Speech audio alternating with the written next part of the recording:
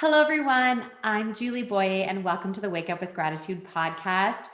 I am just beaming right now because I am so excited to have Kristi Nelson with me. She is the executive director of a network for grateful living. She's the author of Wake Up Grateful, and she is someone who, like me, wakes up every day thinking about how to make the world a more grateful place. So welcome, Kristi. Thank you. I can't believe I'm here. Julie, it's awesome. Thank you for having me. I'm so excited because it's really incredible how we've been connected for over 6 years. We connected initially when my book came out, 30 Days of Gratitude, and you had just started your organization. You were kind of, getting off the ground. And I have just watched the work that you've been doing, the work with Brother David Steindl-Rast. Am I saying that right? Steindl-Rast. That's okay. Steindl-Rast. It's I okay. always struggle with his name. We call him Brother David, I think. Yeah, Brother David is fine. He is also like a pillar in the gratitude community. Your organization is at gratefulness.org. And I just I couldn't believe the coincidence when I received your newsletter and your book, Wake Up Grateful.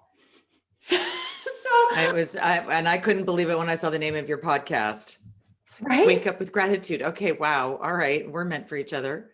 We are. And it's amazing how we've kind of been on parallel journeys, in different places coming together at this particular moment in time. And, Kristi, I know about your organization and what you're doing, and I want to get into that. But first, what I'd love to hear is about your story. I know you have a very powerful story. I know you're a cancer survivor.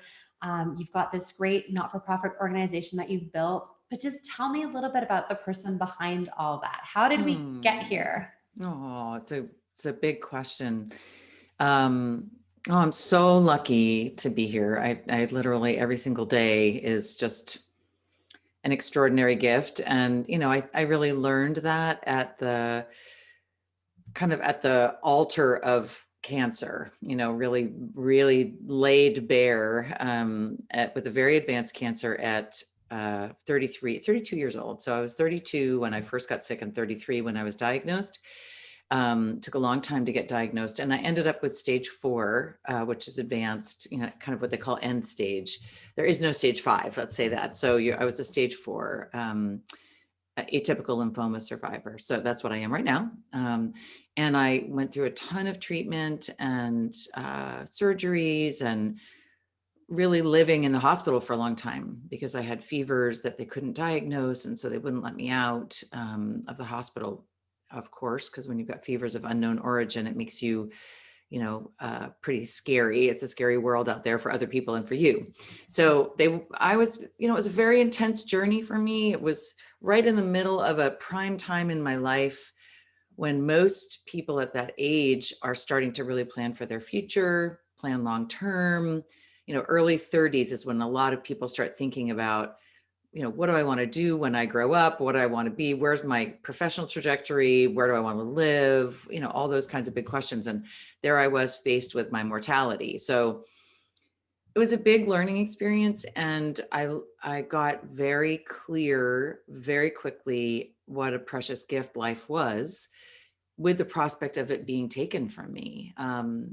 And I'd always treasured life. It wasn't as though I was, living recklessly or whatever, or extremely depressed or anything before, but that incredible message about how poignant life is, how precious and how fleeting it is, came home to roost for me coming out of a cancer experience and being absolutely blissed out for the first bunch of time. And then blissed out with gratitude, blissed out that everything was amazing to me. And then I lost that perspective after a while. And so the reason why I've written this book and why this work is so important to me is because I really believe in my heart of hearts that being grateful is a muscle, that having a grateful perspective is a practice. It's something that we have to work on all the time. We lose it constantly. We have to regain it. We have to know how to get back. We have to have the tools to get back. And yet being grateful is one of the most joyful places to live in the world. We know that that's the cause for the greatest happiness and well-being. So how do we get back there? So that's my story, is going through cancer, in a nutshell, really having that incredibly joyful experience of being grateful for everything when I was first surviving. And then from the wake up call of cancer, and then kind of losing that and going back to sleep again and getting caught up in the normal things of life, then realizing, oh, it really takes practice to come back to how I felt when I first came out of cancer. First of all, I'm so glad that you are a cancer survivor and that Me you went too. on to do the work. Um, I don't think you know this part about my story, and this is so interesting because I'm hearing my words come out of your mouth because I say very similar things. Mm, Because Wake Up with Gratitude ended up being born out of I had a miscarriage, a second miscarriage. I have a daughter who's 10. I'm so incredibly grateful that I have a child, but I had two subsequent miscarriages. And my second miscarriage, which was just about 6 years ago, I ended up in a medically induced coma due to a life threatening bacterial infection. wow. And I came very close to losing my life. Like you said, it's that perspective of almost losing your, and it wasn't because I wasn't a not grateful person before. I had written my book years before. I had a gratitude practice, but when you talked about being blissed out on gratitude, that's how I felt when I like woke up from a coma. And when you've been in a coma like that, you can lose up to 50% of your muscle mass in a week. So just things like bringing a glass of water to my lips, I couldn't do it. So, like that gratitude for I can drink a glass of water or hold a pen or just get up out of bed and go to the washroom, like little those, right? You're in that moment of you're blissed out on gratitude. And then, like you, over time, it started to fade. Hmm. And that's kind of what I did as well as I went back into the work, found different ways to practice gratitude because it's a muscle that we need to keep practicing to build it. So it's so interesting, Kristi, that we didn't know these parts of our story and how Wow. we're intertwined at this moment in time. So, what was it though that prompted you to start this Network for Grateful Living as a not for profit organization? Mm.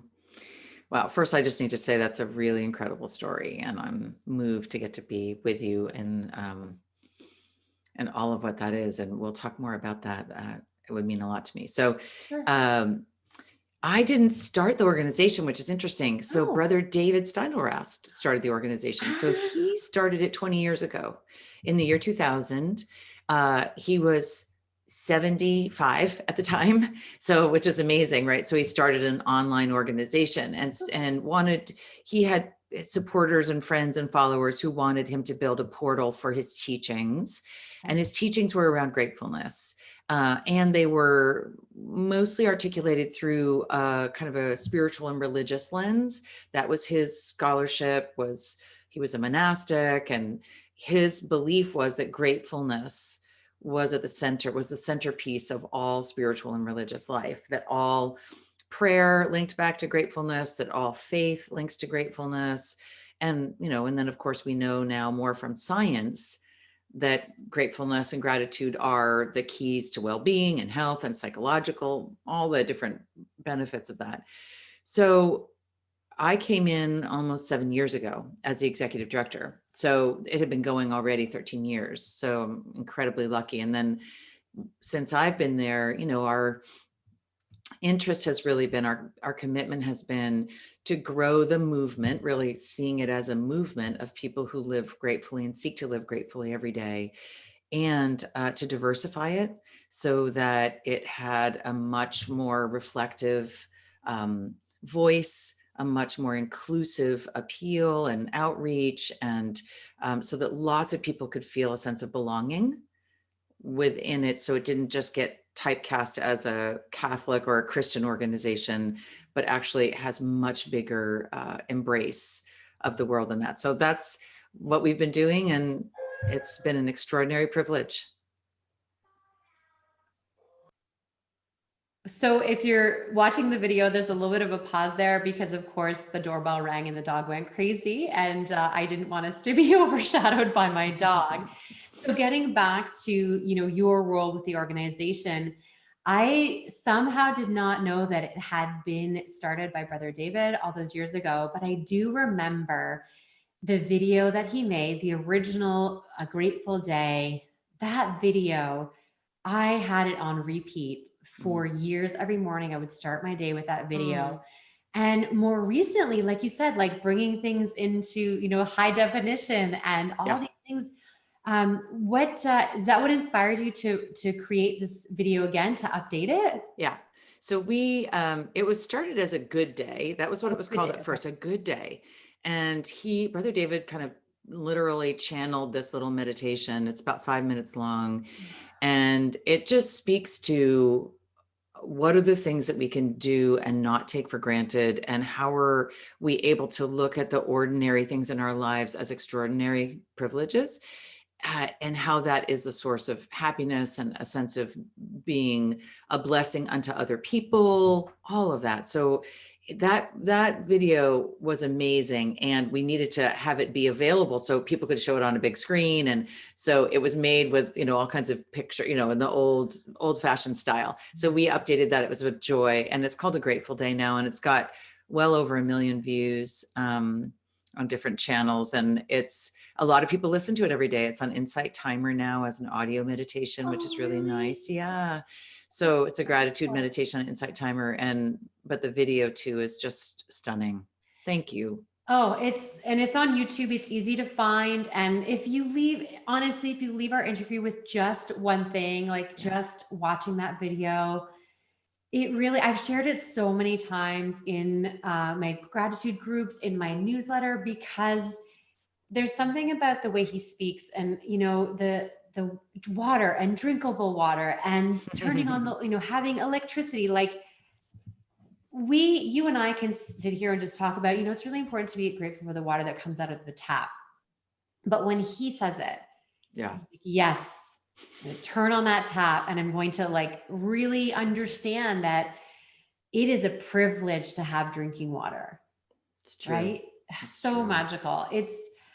I really enjoy so much this gratitude as a meditation, right? Gratitude as almost like reverence, like this absolute appreciation, like, to get back to when I came out of my coma, right? This like absolute gratitude. Like the first time when I tried to take a shower after I'd gotten home, I couldn't stand up in the shower. So again, you get in the shower every morning, you stand up in the shower, you're like, yeah, no big deal. But I went through a time, it was about a week, where I just would sit on a stool in the shower because I couldn't stand up.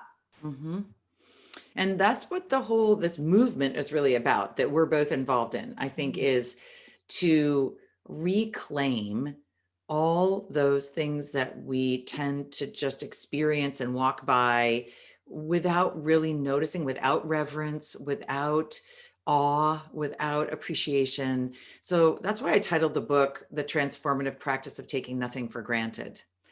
It's Wake Up Grateful, the transformative practice of taking nothing for granted, because that's the place where it all lives.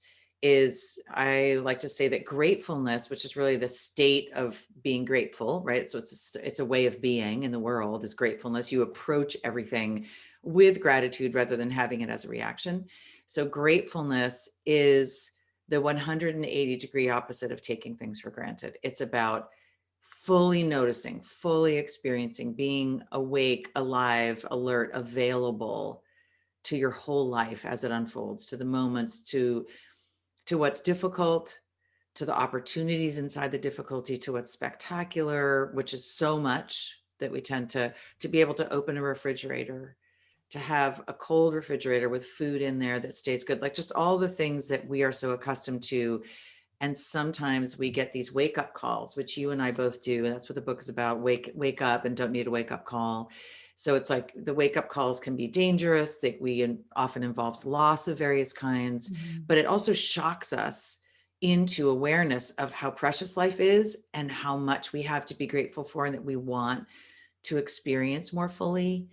And I'm interested in how can we live more in that state of being every day, in every moment, so that it's not just an occasional or experience, or it doesn't require some really devastating wake-up call to get us to pay attention. I so agree with you on that message of it doesn't have to be a devastating trauma or loss or illness to bring you into that state. And yet, as human beings, it's often what reminds us. You said something there that was very, very important. And I want to paraphrase. And it was that you're starting with gratitude. You focus on appreciating with gratitude first, as opposed to gratitude as a reaction. Mm-hmm. I don't think I've ever heard that way to think about being grateful.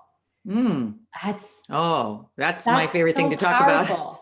About. Tell me more. Let's talk more about okay. So typically, I've worked with Bob Emmons and the people who are, the kind of science and the people who talk about gratitude as we culturally understand it. Mm-hmm. Gratitude is a response. It's a feeling state. It is highly fleeting. It tends to be highly conditional and highly circumstantial. And so we have a gratitude reaction when things go the way we want them to, when we get what we need, when something goes according to plan, when we get something we didn't expect and it's something that we are really grateful for. It's like we have those moments of gratitude. But they're really difficult to string together. Like, okay, now I need another gratitude inducing experience.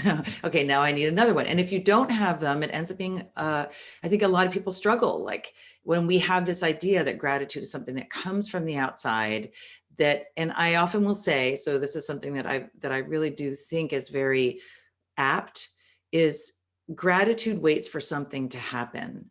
Gratefulness just waits for us to be awake.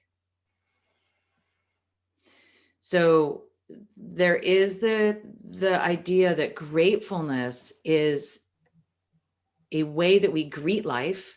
It's gratitude from the inside out. It's an approach to life. It's a proactive approach to life versus a response to life. It's about greeting life, which is why wake up grateful is the radical notion that you actually greet your day before anything happens, which means it's not a reaction. It's actually a way that you orient to life. So it's a way of being. Gratefulness is a way of being. And it's how we can return to that way of being, because we're not waiting for a gratitude-inducing circumstance. We're already cultivating that interior way of approaching life, which allows gratefulness to flourish in all moments for us. Yeah. Okay. So mic drop. What? This is me, like, first of all, getting very emotional about this moment of like, wow. And if you're watching the video, I put my head down for a sec because I was trying to capture, and I'll go back to make sure it's accurate later, but gratitude is you're waiting for something to happen so that you can be grateful for it. And gratefulness happens when we are awake. Is that right? Gratefulness waits for nothing. Waits for nothing. It waits for us to be awake. Yeah. It's just awake to life. Yeah. And we can be awake to life in our moments. If we come back, it's mindfulness, it's being totally present. It's about having perspective. We have that in our hands at all times. We have that in our capacity, and we can strengthen it. You know what I love, Kristi, is that I'm finishing my first year of podcasting. We're closing in on 100 episodes. And this is the moment when you and I connect, right? I receive your newsletter. I open all of them. But it was this moment. I saw the book and I was like, this is the time. And it's funny. I was like, I just want to ask her so badly to be on the podcast. And because to me, I really look up to you and the work that you're doing. And it's so interesting how we're so aligned in so many ways. And I just didn't. It's wild. It's really wild. And it's really wild. But this quote is it's going to be like shared a lot with this podcast, because it really, to me, and that I feel is like the direction that this podcast is going to take in the next year. Right. Where are we, grateful as a response, or just showing up and living in gratefulness and appreciating it before we need to have the response? So Yeah, I love that. Thank you. I'm so excited. And the other way to think about it sometimes is gratitude in advance, so that you actually bring gratitude into your experiences, and that allows for you to be more fully present, more fully available to receive. So it's the book is really cool. I mean, I'll have to say it was a super hard thing to write. I tried to do, it's a very ambitious book. It has a lot going on in it. But it does, I think you're going to really like it. And I think it'd be fun to come back after you read it and have another conversation next year, honestly. I would love that. Yeah, I was saying before we started that I ordered the book, but I probably should have just Kindled the book so I could have read it. Copy. It's so pretty. It's so pretty. I worked with a great publisher, and there's, so what I tried to do was actually, Julie, I'm so excited to be talking to you because I know you get it. Like, I was trying to take Brother David's teachings and bring them to a wider audience. And so what I knew is that, so these are the 5 guiding principles. So, that everything, that if we could give people real tools and a framework into which to plant all of this way of being, because we need to have all the support in the world in order to really work this kind of a way of being. So that was my real aspiration with the book, was how can I articulate something that people can keep leaning into, that is cogent, that's coherent, that makes sense. And this idea too, that like your gratitude practice changes and evolves over time, I think is something that a message I've been sharing through my podcast, is that you're listening because something that Kristi shared, you all of a sudden are like, that's where I'm going to lean into my gratitude practice. I will say I did a survey of the people listening to my podcast. A majority are women, and a lot of people that responded, I said, where do you struggle most with gratitude? That was one of the questions, or with your practice. And it's interesting that more than half the people that answered said, I actually don't struggle with it. But I listen to your podcast because I want to be inspired. I love hearing people's stories. And then I want to deepen my practice and learn different ways. And I think that's where we're going. I think there's a role for the work of just getting people to be aware of the importance of gratitude. Absolutely. And that's things like a video or meditation and those kind of things. That's an awareness. Yep. And I feel like the work that we're doing, me through my podcast, you with your book, by the way, can we mention that there's also a documentary film on Kristi? No, it's not a document. It's an 11-minute film, which feels like feature length. When you're watching a movie about yourself, it's like, oh my God, this is so long. It's so long. It keeps going, but it's pretty beautiful. They did an amazing job telling my story. Yes. And I will be sharing all of these things, but I remember, and I got the preview of the book, and I was just reading it, and I thought the 5, things, and there's so much. You're right. We should have a conversation. I want to study the book. I don't just want to read it. I want to really study it, and I want to spend some time in it and practice and grow and learn. And this is so fun. And another cool thing that this is so interesting. So I somehow missed this. So if you've been listening to the podcast, you know that I made like a 12-month calendar with my photos. Some of them, if you're watching the video, you can see some photos that I have behind me. And I really passionate about the Wake Up with Gratitude sunrise photos. I made it into a calendar. But a secret wish that I had for so many years, because I used to do, Kristi, I don't know if you knew this, I used to do this daily gratitude email. So from like October of 2013 to 2015, so 2 years, I had an email that went out every single day, with like 2 or 3 lines of gratitude reminder. And I wanted to make that into a page a day calendar. And I did a bit of research and looked into it. And I was like, it's way too much work. I'm not going to get into it. And guess what? When I went to buy your book, guess what was right beside it? Page a day calendar. Page a day calendar, which Yeah. this is the third year. Yeah. It's the third year. And we've also had a wall calendar, but yours is so beautiful. We're not doing that anymore. But the page a day, because we do word for the day, we send out a quote every morning to people, like to 70,000 people or Wait, something like you that. have a daily thing? Nope. See, missed that too. Word for the day. It's a quote every day that goes out, that's been going out for 15 years or something like I that. need to get on that list Yeah, too. you do. Okay. Okay. And also we have a daily question. We don't send that out, but it's a daily question for reflection that's on Facebook and on our website. But we've been doing that. And so the page a day calendar was really easy to do because we just took the daily quote and then matched it with a question. And it's a really nice practice calendar. So it's something you can do 365 days a year. It's great.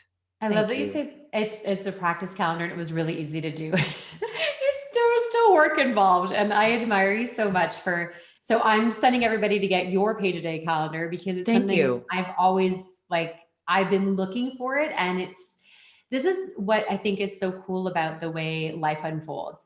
Life unfolds always exactly the way that it's meant to. And I think, a year ago when I was interviewing for the podcast, I was interviewing in a very different way. I was actually interviewing really for me, right? Because I started this project as a 30 days of self-love for myself, right? I was really struggling, and I think sometimes I don't know if you experience this, but as someone who stands up in front of people and says, I'm a grateful person, I'm, gratitude guru, I wake up Right. with gratitude.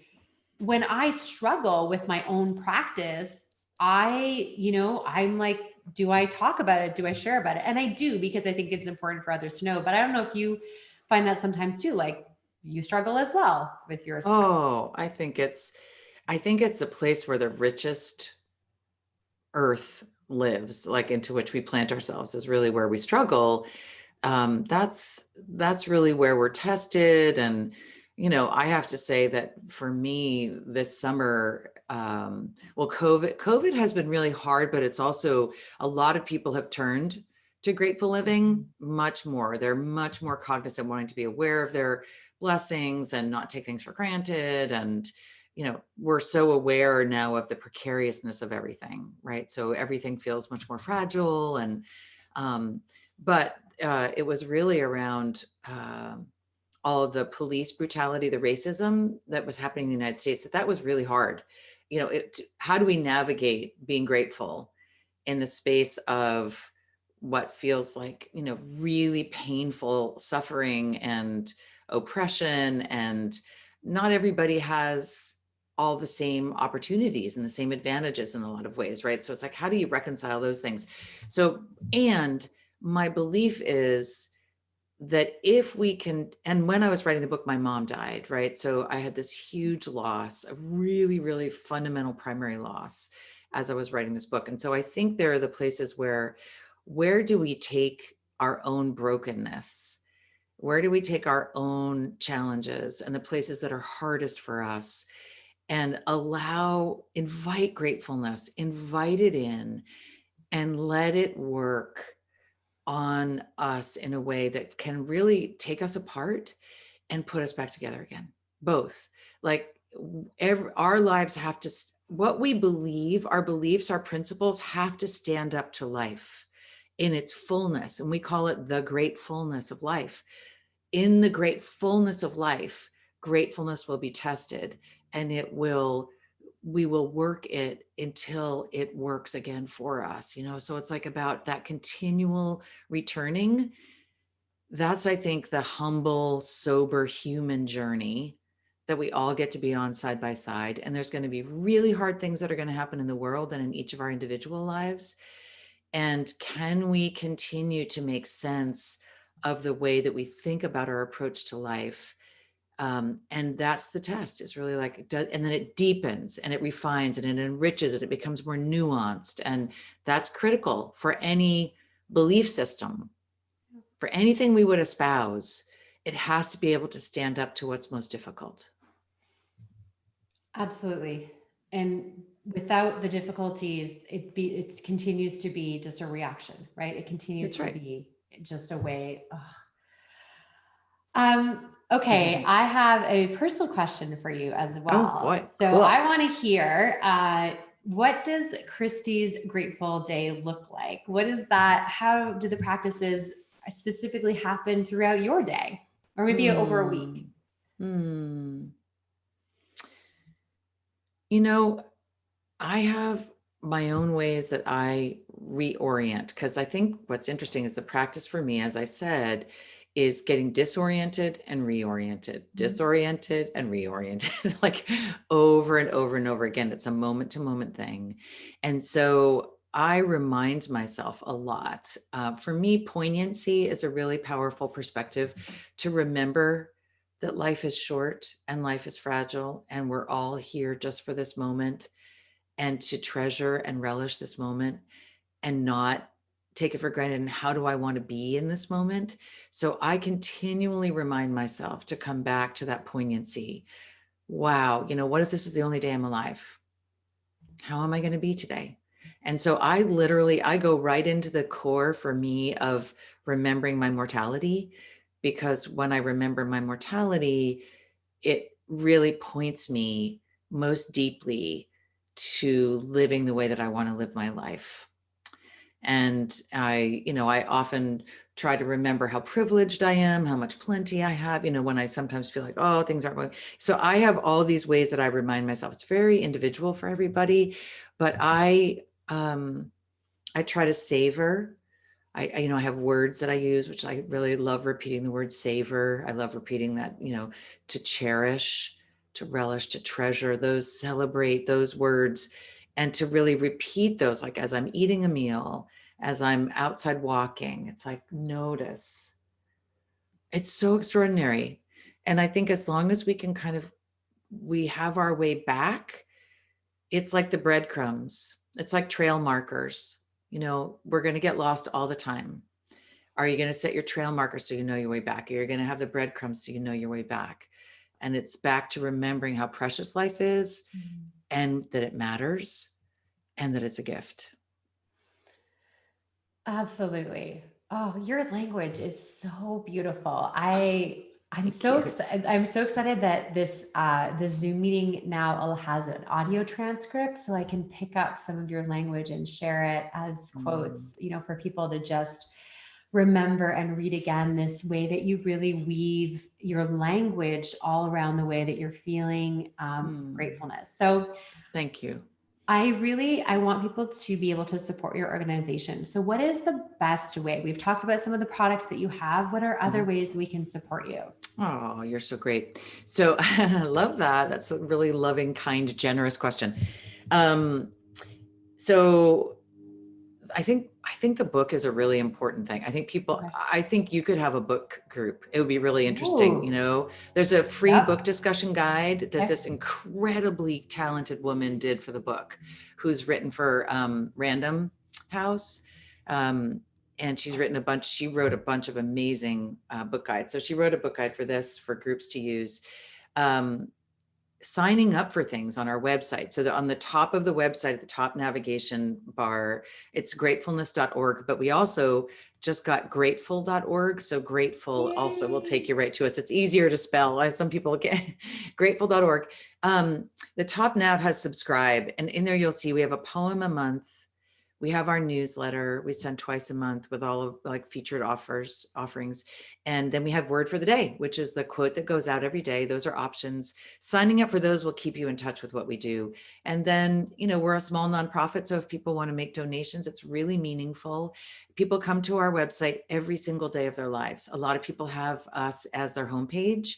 I just got an email yesterday from a couple who both have it as their homepage.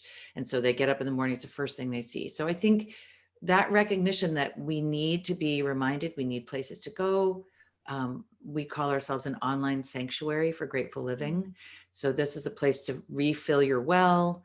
Come visit, the website, and we have an amazing team of people and doing work that we really, really love to be of service for people. So anything, Julie, you're so kind, and thank you for working in collaboration with us, because it's so clear, opposite sides of the country, although we're global. I'm in Massachusetts, but such serendipitous alignment in our journeys and in our ways of thinking. It's a really beautiful privilege to be with you. So Oh, thank you. My heart is so full, and I will take you up on creating a book club because I have a group on Facebook called Gratitude Ambassadors. And I know that that's the first place to start to put together a book club for the new year. I mean, what a better way to usher in 2021, because we're all pretty excited about, ushering a new year. a new year.